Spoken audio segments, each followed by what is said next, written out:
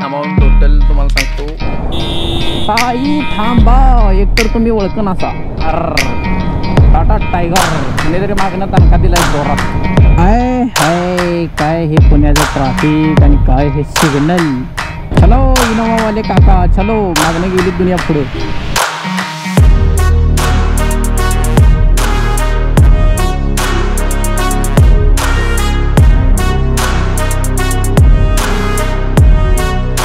नमस्कार मित्रांनो, शुभ सकाळ। स्वागत आहे पुन्हा एका नवीन व्हिडिओमध्ये। आणि जवळपास 1 महिना उलटून गेलेला आहे, आपण कुठला व्हिडिओ बनवला नव्हता किंवा तेवढा वेळच भेटला नव्हता आणि राईड पण अशी म्हणावीशी झाली नव्हती, त्यामुळे एक दिवसीय व्लॉग पण काही येऊ शकला नाही। पाठीमागून सूर्यवरती आलेलाच आहे, जवळपास 7:30 वाजलेले आहेत। सकाळी निघायची आहे तयारी, ती म्हणजे पुण्याला जायचं आहे आपल्याला। आपली BMW ची सर्व्हिस आहे, तब्बल 250 किलोमीटर प्रवास करून सर्व्हिस करायची वेळ आलेली आहे। सकाळी लवकर उठल्यामुळे जरासा आवाज बाहेर फुटणं झाला आहे, थोड्या वेळात फुटलंच। तर आवरलं सगळं, बॅग वगैरे भरल्या, काळी कुळकुळीत कॉफी पिऊन झालेली आहे। आता निघायचं थेट पुण्याकडं, जास्त वेळ घालवायचा नाही, कारण मी 11 वाजेपर्यंत शोरूमला येतो म्हणून सांगितलं आहे। सर्व्हिसिंगचं म्हणता तर लेट झालेली आहे थोडी, माझ्याकडं झालं नाही जाणं, त्यामुळे सर्व्हिस पण लेट झालेली आहे। शोरूमवाल्याने फोन केल्या पहिलाच प्रश्न केला की तुम्ही इतका लेट का केला आहे। तर आता काय सांगू, मी इकडं राहिला कोल्हापूरजवळ, तुमचं सर्व्हिसिंग सेंटर आहे पुण्यात, ते कसं मॅनेज होणार। निदान जाय याचा खर्च दिला असता, मी आलो असतो पळत उड्या मारत।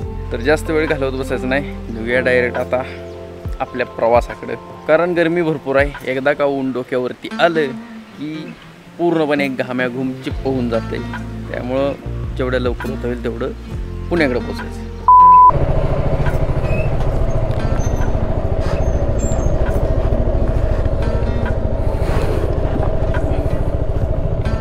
ओके चलो, जय श्रीराम। आपल्याला बाहेर पडायचं आहे डायरेक्ट काशेगावमध्ये, त्यामुळं मधला रूट घेत वाटेच्या कारखान्यातनं पलीकडे सुटायचं। आता आपण हायवेला जायचं नाही, कारण हायवेला भरपूर कामं चालू आहेत, बिना कामाचं परत ट्रॅफिकमध्ये अडकतंय आणि अंतर पण वाढतंय। आता जवळपास 7:45 वाजून गेलेले आहेत, बाहेर पडायला 10-15 मिनटं इकडे तिकडे। भलं मोठं पुलाचं काम कराडात असा पूल बांधायला चालू आहे की असं छतच घातल्यागत आहे रोडवरती। लय मोठा पूल आहे राव, लय मोठा। इथला पाक चेहरा मोहराच बदलून गेला आहे। हे बघा डीमार्ट इथं आहे, पाक असा मोकळा कराडच्या बाहेरचा एरिया होता आधी। हे पूल झाल्यामुळे सगळं असं मिक्स होऊन गेलं आहे कराडमध्ये।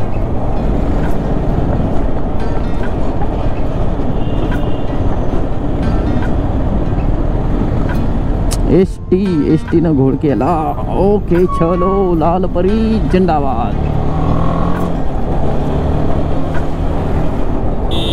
ताई थांबा, एकतर तुम्ही ओळखन असा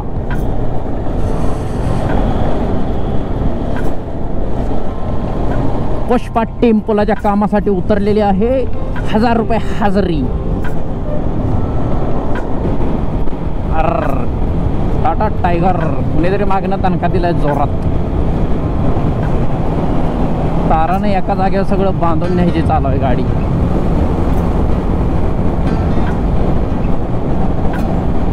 पण विषय आहे का, मागणं तनखा देऊ ना, पुढनं देऊ दे ना, साईडनं देऊ दे, टाटाची गाडी हलल काय जागेवर नाही, अजिबात गोळा होत नाही। मजबूतीच्या बाबतीत जबरदस्त टाटा ब्रँड। आता मध्यंतरी ते वॅगनरचा एक व्हिडिओ आलताच की 2 गाड्यांच्या मध्ये अशी चिपली होती, अशी ते परत गाडी कुठे दुर्बीन घेऊन हुडकायला लागलं, अशी गोळा चालते गाडी। त्यामुळं सेफ्टी महत्वाची। आराम आराम आराम आराममध्ये, हॉटेल आराममध्ये काहीतरी खाऊन घेऊया, लय भुका लागली ती। जवळपास 10 वाजले ती, त्याच्यामुळं आता काहीतरी खाल्लंच पाहिजे। अजून 1 तास 1.5 तासाचा रस्ता राहिलाय पुढे। आता तुम्ही जी आता लोकेशन स्क्रीनवर बघताय ती हॉटेल आरामचं टॉयलेट आहे। माझ्या चक्कीत जाळ झाला आत गेल्यावर। 5 स्टार हॉटेल घेत म्हणजे जिथं वेटिंग रूम असती असली ती वेटिंग रूम, तिथं टॉयलेट वेटिंग रूमला गेली, म्हणजे विशेष लोड केला इथं टॉयलेटचा। खतरूच दिसतंय ते आत गेलं, डोळेच फिरले तर माझं टॉयलेट बघितलं इथलं।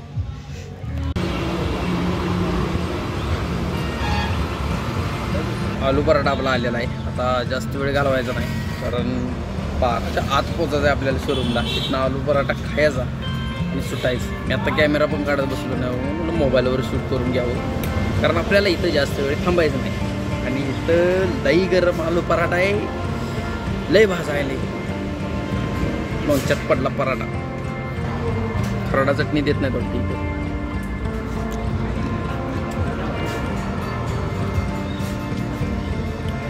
पण जी आहे ती आहे, टेस्ट आहे.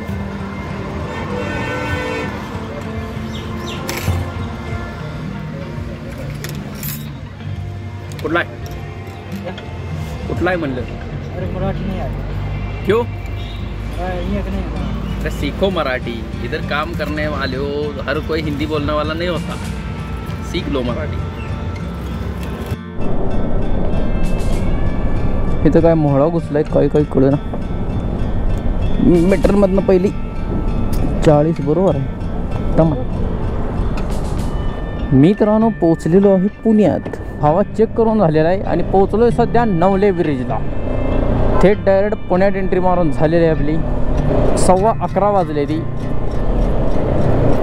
जवळपास 12-12:15 वाजेपर्यंत शोरूमला पोचल अशी अपेक्षा तरी आहे, कारण इथून पुढचा सगळा एरिया ट्रॅफिकवाला लागला. आता नवलेच्या खालनं आपण सुटू कात्रजकडे, तिथनं थेट स्वारगेटला पोचते.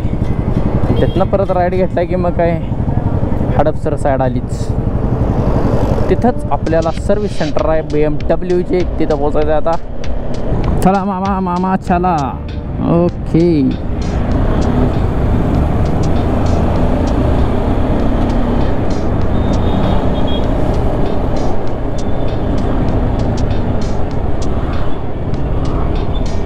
आहे का जागा?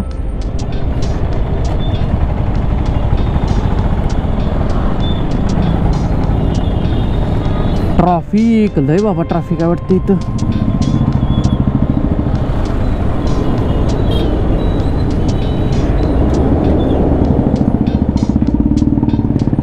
बोंबल मारले आडवी तवर.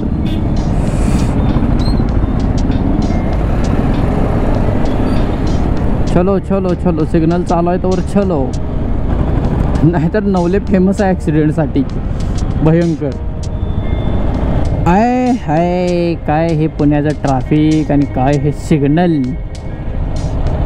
वैताग आला राव क्रॉसिंग मारून मारून. अजून स्वारगेट पोचायचं आहे. चलो इनोवावाले काका चलो, मागणं गेली दुनिया पुढं. गाडीचं टेम्परेचर काय 100च्या आत येणं झालंय मागापासून. एवढं सिग्नल पार करून करून घायला आलो.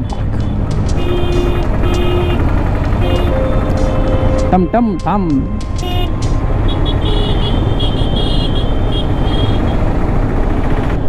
स्वारगेट रेल्वे स्टेशन म्हणजे मेट्रो स्टेशन चालू आहे स्वारगेटचं इकडं. हडपसर उजव्या साईडला. चलो समोर बोर्ड दिसलेला आहे.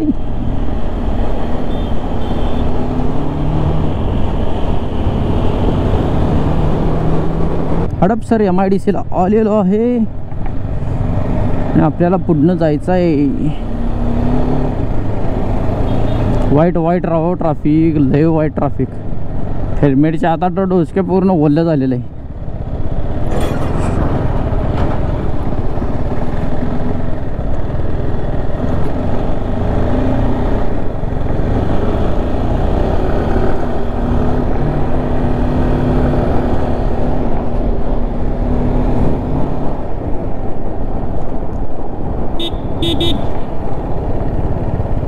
पोचलो एकदाचे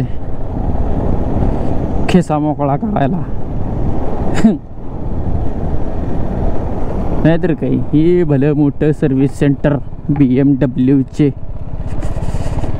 काय गाडी जरा सावलीत लावतो. असं दे काय इथं राहू दे की काय सर्व्हिसिंग आहे. हो किलोमीटर सांग. किलोमीटर. अमोल शंकर गुरव 21569. 69 राहू दे इथं. काय 101 गाड्या असतात राव इथं. म्हणजे ॲक्च्युअलमध्ये 4 व्हीलरचं पण सर्व्हिस सेंटर आहे इथंच त्यांचं, आणि 2 व्हीलरचं पण आहे. जरा एसीत गेल्याशिवाय मजा येणार नाही. सायकल आता बसली शोरूमच्या बाहेर, लंच ब्रेक झालेला आहे आणि त्यामुळे सगळे गेले जेवाय. त्याचं फायनल कोटेशन काढता काढता गेला भरपूर वेळ, म्हणजे 1-1.5 वाजा याला जवळजवळ गाडीचं फायनल कोटेशन काढाय. माझ्या पुढं पण नंबर आहेत, ते म्हणलेले की उद्याच मिळतील. तरी पण मी रिक्वेस्ट करून आजच द्या म्हटलं, मला कोल्हापूरला रिटर्न जायचं आहे, तर देतो म्हटलेत. लवकरात लवकर झालं तर घरात निघायचं, नाही तर मग स्टे करायचा. 1-2 काम पण आहे.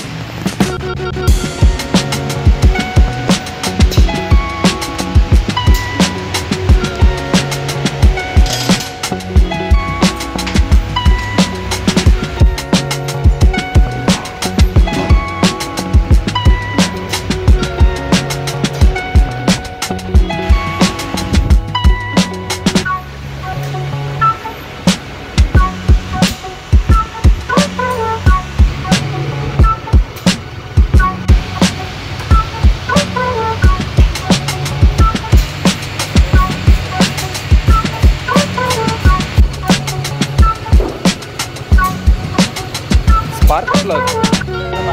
10,000 रुपयाचा पार्क आहे. पण महाग आहे. ती स्वस्त आहे उलट. हां,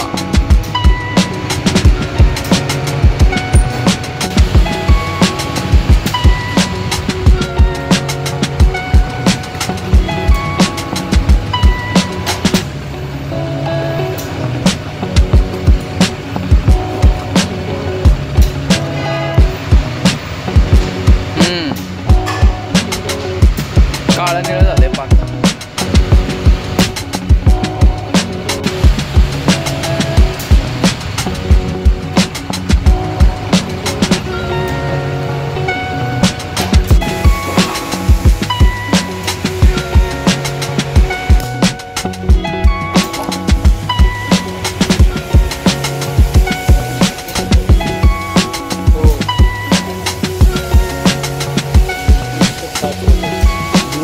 असं नाही. 4:30 वाजून गेले, ती गाडी अजून व्हायची आहे आणि अशी पाक सपाट खोलून ठेवलेली आहे. म्हणजे ती माझी गाडी अशी वळकनाच झाली, एवढी खुल्ल्या गाडी. तर बाहेर पडलो आहे, जरा फार तर काहीतरी खाऊन घ्यावं म्हटलं. वडापाव वगैरे मिळतो का बघायचं इथं कुठं. MIDC एरिया आहे असला म्हणजे नशीब. आणि तिथं शोरूमजवळ एक सेंटर आहे, ती आहे बंद एकटं. त्यामुळं मग जरा असं चालायला लागणार म्हटलं बाहेर गेलं बाहेर रोडला. गाडी व्हायला अजून 1 ते 1.5 तास आहे म्हणून सांगितले. तर बघू आता, वाट बघायची पर्याय नाही.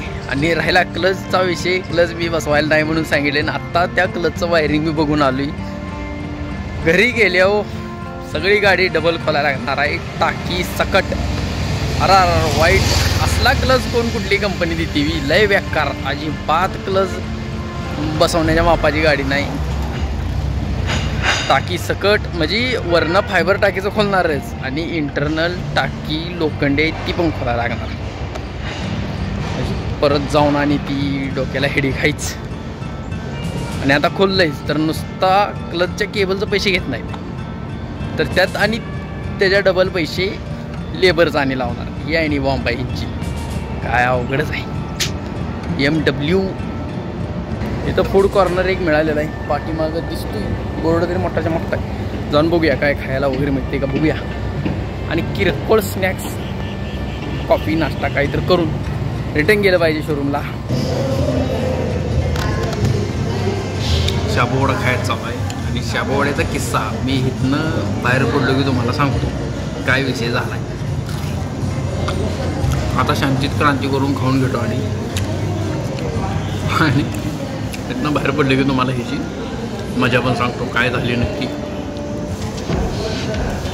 बसलेली जागा पण भारी आहे, अशी फुलेशे फुलेसे वगैरे वगैरे वगैरे वगैरे सगळं आहे इथं. एकदम शांत एरिया आहे. पण शांत एरिया कसा कापून जातो आपला हे तुम्हाला थोड्या वेळात सांगतो. गीच फूड तुम्हाला पाठीमागे ते दिसतच असेल. शपथ मी माझ्या उभ्या जन्मात एवढा महाग शाबू वडा कधी खाल्ला नाही.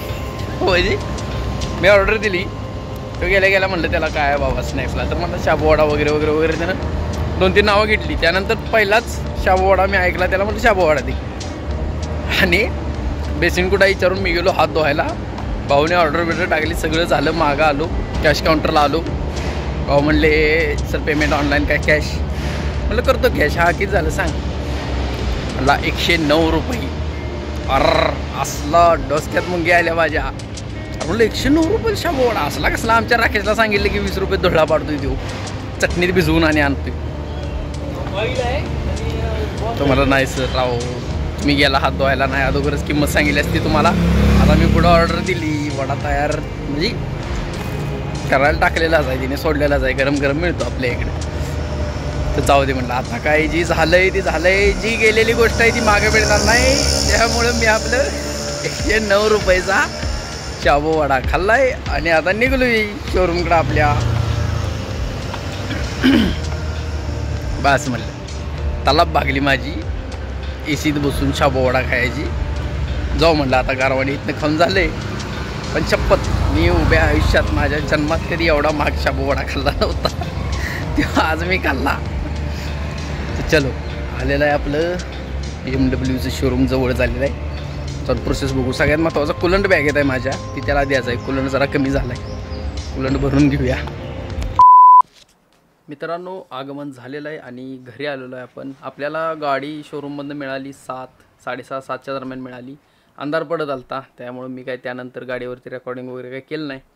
आणि कोथरूडला एका मित्राची गाडी घेऊन थेट 10:30 दरम्यान आपण पुण्यातून निघलो बाहेर आणि निवांत आलो. काय गडबड केली नाही, काय नाही. 3-3:15 दरम्यान घरी पोचलो. यावेळेचं सर्व्हिसिंग म्हणजे आयुष्यभर ध्यानात राहण्यासारखं आहे, कारण कामं पण एक्स्ट्रा लागली सर्व्हिसिंगमध्ये.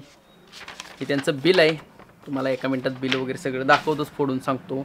पहिलं कोटेशन काढलं होतं, त्यामध्ये आपल्या गाडीचं फ्रंट फोर्कचं ऑइल वगैरे चेंज होणार होतं, त्याचं एक काम होणार होतं. त्यानंतर आपली क्लच केबल वगैरे तुटलेली, ही बारीक सारीक कामं होती ती एक्स्ट्राची. मेन मोठं काम होतं ते म्हणजे फ्रंट फोर्कचं काम होतं, ती मी थांबवलं. लगेच करू नका म्हटलं, कारण त्याची कॉस्टिंग आणि सर्व्हिसिंगची कॉस्टिंग दोन्ही मिळून 20,000च्या लेवलला जात होतं ती. त्यामुळं सर्व्हिसिंगची कोटेशन अमाऊंट ऐकल्यावर थांबा म्हणते, एक काम करा, ऑइल बदली आणि जनरल चेकअप, तुमचा ECU कम्प्युटरायज्ड अपडेट काय असेल ते ह्या गोष्टी करून घ्या. ते करता करता पण नंतर आपल्या पेट्रोलच्या टाकीखाली एक लिकेज निघालं, एक पंपचं एक लिकेज होतं, बारका नॉब होता त्याचा, तो तुम्हाला स्क्रीनवरती दिसत असेल. तो नॉब माझ्या अंगठ्या एवढाच आहे आणि त्या नॉबची किंमत 2203 रुपये आहे. काय राव म्हणलं, छापते ती लय पार्ट महाग आहेत BMWचं. आता मी म्हणू पण शकणार नाही की भविष्यात तुम्ही गाडी घ्यायचा विचार करणार असला तर एक्सपेन्सिव्हचा पण विचार करा, कारण कंपनीनं BMWनं स्वतःनंच गाडी डिस्कंटिन्यू केलेली आहे. BMW G310R आणि GS मॉडेल दोन्ही पण डिस्कंटिन्यू झालेलं आहे. गाडी मिळत नाही आता, तुम्हाला सेकंड हँड मिळून जाईल. पण सेकंड हँड जरी घेणार असला तर खिशाला चांगलीच मोठी चाट आहे, कारण त्यांचं सर्व्हिसिंग एकदम भयंकर महाग आहे. याचा विचार करूनच गाडी घेणार असला गाडी घ्या, असं तर माझं सजेशन आहे तुम्हाला. त्यानंतर फ्रंट फोर्कचं काम कॅन्सल करून पण गाडीची अमाऊंट समथिंग एक 11,000च्या रेंजला काहीतरी जात होती सर्व्हिसिंग आपली नॉर्मल. त्यानंतर मी ते एक ॲडिशनल पार्ट घेतला, तो तुम्हाला एका पुढच्या व्हिडिओमध्ये कळेलच. लगेज कॅरियरचा पार्ट आहे, तो एक्स्ट्रा परचेस केला. त्यानंतर तरी अमाऊंट टोटल तुम्हाला सांगतो 17,772 रुपयाची सर्व्हिसिंग आणि त्या पार्टची किंमत दोन्ही मिळून झालेली आहे आपली. पुढं जाऊन ती काम करावंच लागणार आहे. आपल्या फोर्क ऑइलचं चेंजिंगचं जे काम आहे ते पुढं जाऊन करावंच लागणार आहे. पण आपण थर्ड पार्टी मोटरसायकल गॅरेजमध्ये कुठेही करून घेऊ ती, कारण त्याचा एवढा काही विषय नाही. ते बाहेर कुठेही काम करून मिळतं, एवढा काही प्रॉब्लेम येत नाही. तर अशा तऱ्हेने BMWची आपली 20,000 किलोमीटर कंप्लीट झाल्यानंतरची ही तिसरी सर्व्हिसिंग होती. मेन म्हणजे 2 झाल्या, कारण पहिली 1000 किलोमीटरची एक सर्व्हिसिंग आणि त्यानंतरच्या 10,000ची दोन सर्व्हिस, अशी मेन 2 सर्व्हिसिंग झाल्या. तर अशी ही आपली सर्व्हिसिंग संपलेली आहे. तुम्हाला थोडक्यात बिलात काय काय केले ती एकदा दाखवतो, म्हणजे तुम्हाला ह्याच्या पाठीमागचा एक्सपेन्सिव्हनेस काय असतो तो आता शब्द बोलायला पण मला जड जायला लागले, एवढं पैसे घालवून आलो मी काल गाडीत. ही आहे BMW सर्व्हिस. हे त्यांचं असं बिलिंग अमाऊंटचं येतं. ही oil changing, oil filter, gasket ring, checking valves, replace air filter असं काय इथं लिहिलेलं आहे. ह्याचा GST 99 म्हणजे 18% टोटल GST ही किंमत सगळी अमाऊंट इथं कोपऱ्यातनी आलेली आहे. इकडे सगळे पार्ट आलेले आहेत बघा एका लाईनीत पाठीमागच्या पानावरती, आणि ह्याच्या किमती इकडं येतात सगळ्या टोटल. आणि ही आपली एकूण टोटल अमाऊंट 17,772 रुपये सर्व्हिसिंग कॉस्ट.